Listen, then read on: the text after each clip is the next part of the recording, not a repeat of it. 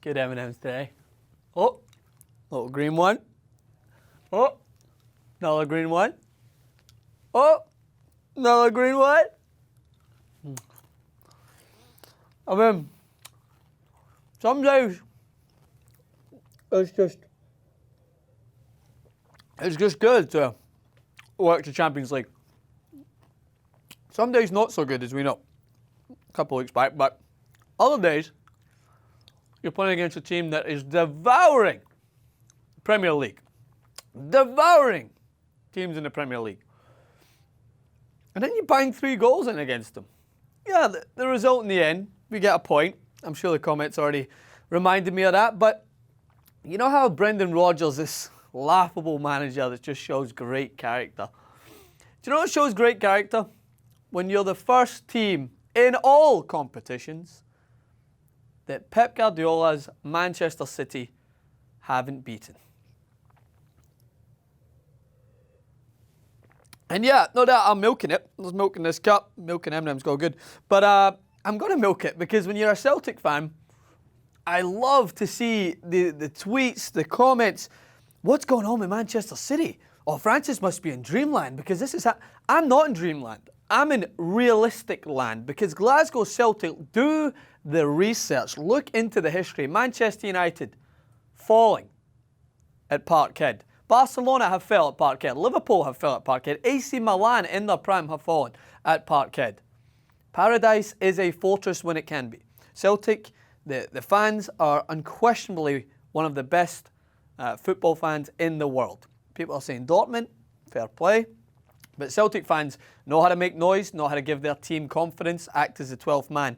And they added to the character of Brendan Rodgers. And back to Brendan Rodgers. You know what shows character? When you're 3-3, drawing with a team, clinging on to try and just get a point, put yourself on the board in the Champions League. And you take off a midfielder who's playing a little bit deeper, a little bit more defensive, and you bring on a striker.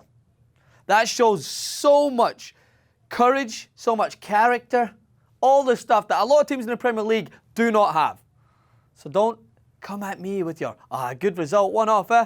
No, that has showed a great amount of character, a great amount of balls more than anything to take it to Manchester City. And the winner overall, although both teams drew, was the neutral audience that watched it. Football fans everywhere. Champions League fans, because it is undoubtedly the best game we've seen in the Champions League as of yet. So let me talk you through how it went down, basically. Moussa Dembele, who Celtic are going to have to convince Scotland to name a city after him to keep hold of him, because I hate to be the pessimistic guy here, Celtic fans, but Dembele, unless something miraculous happens, I think he'll be gone, because he is a phenomenal talent.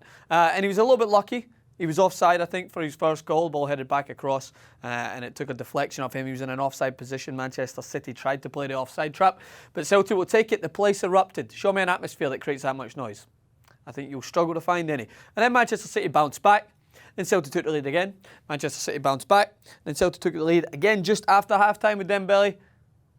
And then Manchester City bounced back again. So, I mean, I almost passed out. It was rough to bear it, but that's what Champions League is all about. That's why Celtic wanted to be there, to prove that they can mix it, as always, at home with some of the big guns. So a couple of players to highlight. Celtic, Kolo Toure. That's the reason why we purchased an experienced player like that, proven to be vital back there. Craig Gordon, who should have played against Barcelona. I questioned Brendan Rodgers' previous goalkeeping choice. Brings in Gordon, makes a instinctive, just sublime save. Instinct reaction at the very end. Deflected shot from Gundogan, crashes off his arm. Raheem Sterling for Manchester City, even though he was on the receiving end of an unfortunate deflection for Celtic's second goal. I thought he was frighteningly good at times. I think him and Tierney had a fantastic matchup when they went up against each other. Tierney, another player Celtic will struggle to keep hold of. And people think Scottish Premier League, Celtic, some of these players, they're just they wouldn't cut it at the big with the bigger players. They have to remind you of Virgil van Dijk. They have to remind you of Wanyama. They have to remind you of Fraser Forster. All players that are starting and stars of their team. that they're playing in at the moment. Celtic unfortunately can't keep hold of these players. You're not going to make me believe that Celtic are similar to the days when Henrik Larssons were coming through and you could keep hold of some of these talented players. I think that that ship has sailed and Celtic will continue to sail on some of their best players, whether it's a year or 2 years down the line.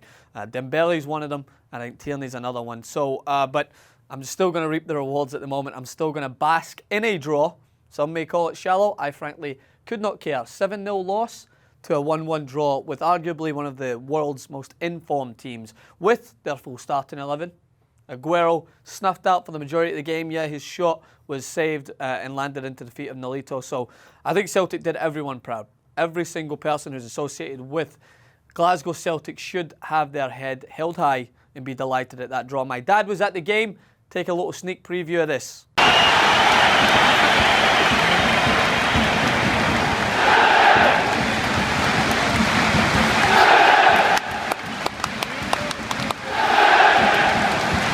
Rod Stewart was at the game. Don't know if my dad hung out with Rod Stewart. Rod Stewart's a big Celtic fan. Noel Gallagher of Oasis, if you're an Oasis fan, was there for City, but I'm sure he respected Celtic's fan base and the noise that they made, making it just a hostile atmosphere to say the least. But in the end, points were shared. Celtic on the board. Borussia Mönchengladbach, despite their greatest efforts, fell to Barcelona late on with a PK shot that managed to capitalise off of a goalkeeping error. But that means that Celtic are sitting in third position. Not a bad spot for everyone who ruled them out in the group of death. Still have Borussia Mönchengladbach to come. We still have Borussia Mönchengladbach to come to Celtic Park. We still have Barcelona to come to Celtic Park. It's all there. Who knows? Who knows what happened? Elsewhere in the Champions League, the scores are as follows.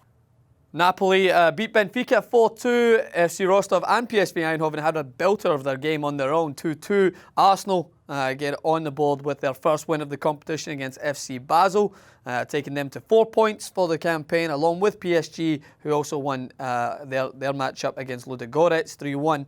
So both of them even at the top there. Besiktas 1-1 with Dinamo Kiev. Atletico Madrid upsetting the dominant Bayern Munich, again proving to be the thorn in their side as they were last season in the latter stages of the Champions League, and as I mentioned, Barcelona. So to wrap it up, I've got a smile on my face.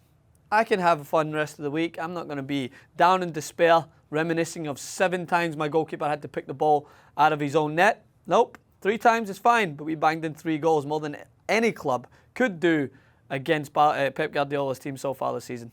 I'll take that any day of the week. Francis_Maxwell on Twitter. Francis Maxwell host on Instagram. I'll see you guys soon.